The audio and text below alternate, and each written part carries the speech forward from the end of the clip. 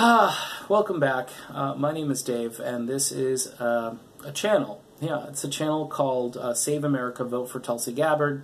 You're watching a raving, confused, independent person who has pretty much left most of the conservative movement behind me. I do have a few conservative issues that I hang on to. I'm finding more and more comfort and peace and solace, though, within the confines of progressive land to some degree. I am still a work in progress, so excuse me and forgive me for my ignorance on many things. Someone sent me this video about Anna Kasparian, who, again, I don't know the Young Turks from a hole in the wall.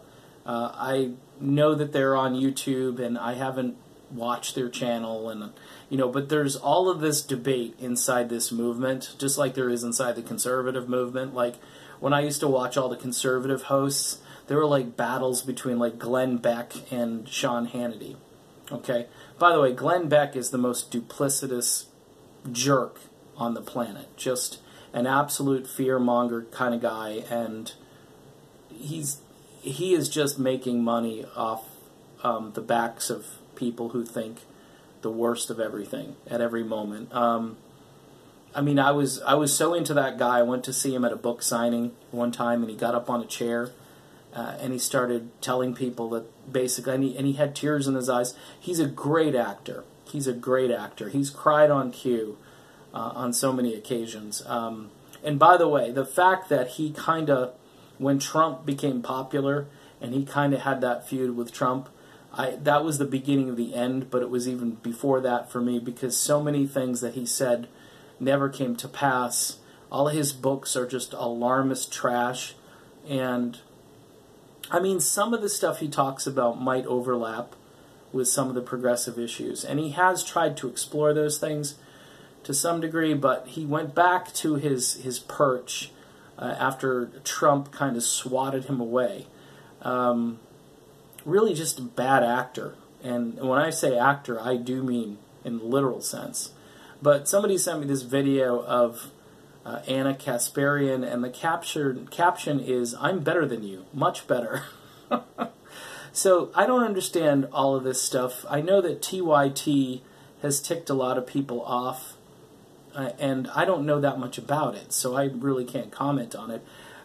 I just want what's best for the country. I don't see these skirmishes inside these movements, to me, are very counterproductive. Yeah, you should call people out when they are smearing Tulsi Gabbard, or they're giving her kind of like a crappy interview. Like that interview that she did with TYT, I thought spent way too much time on picking her apart as far as some of the votes. And look, she has a record, which is really important. Some of these people, I mean, will they do this to Beto O'Rourke? Will they do this to some of these mainstream candidates who have really no intention of fixing these problems or introducing anything new or effective? No, they're not going to do that. They're just going to cheerlead. They're already on the apology tour for Joe Biden. Well, Joe just likes to reach out and touch people.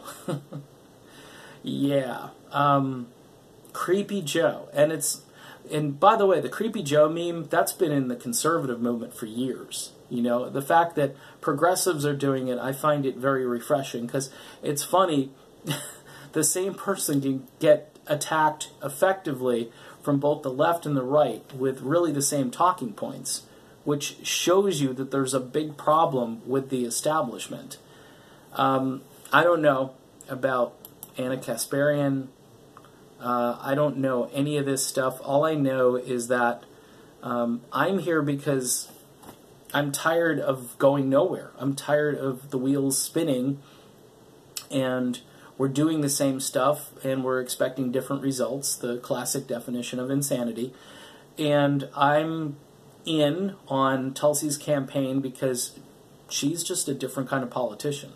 She's serious about what she wants to do for the country. She's not up there as a stunt to get more publicity, or, you know what, I think I can win, so I'm going to run for president.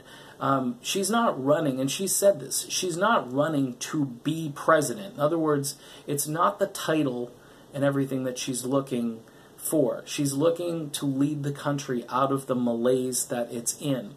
The tribalism has gotten out of control, and even within these movements, whether it's the conservative movement or the progressive movement, this infighting is just more distraction. It's just distracting from the problems that we have to tackle.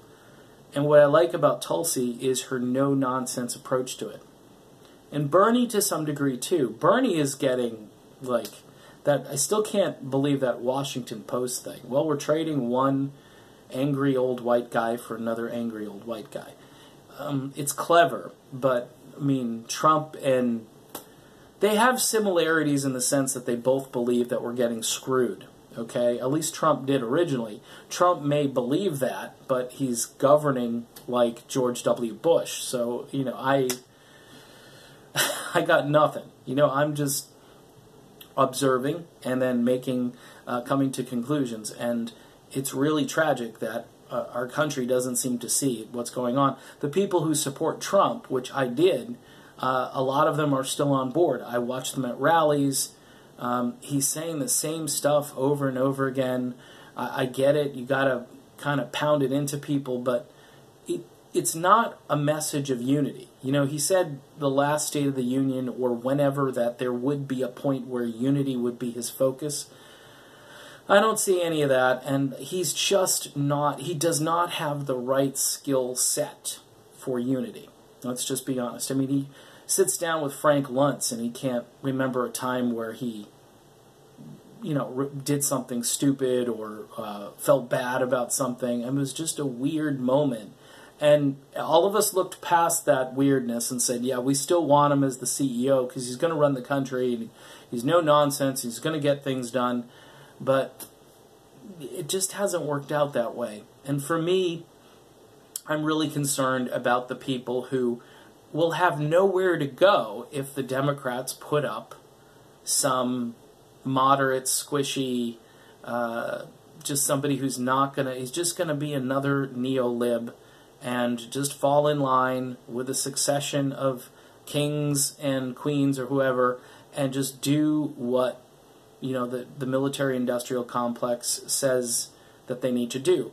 Now, some people think that problem right there is, you know, there's no way to overcome that problem. And there may not be a way to overcome that problem. I don't know. I think that's the key to all of this. But if we don't put someone forth who will at least try to challenge that problem, then there's, I mean, there's no hope of fixing it.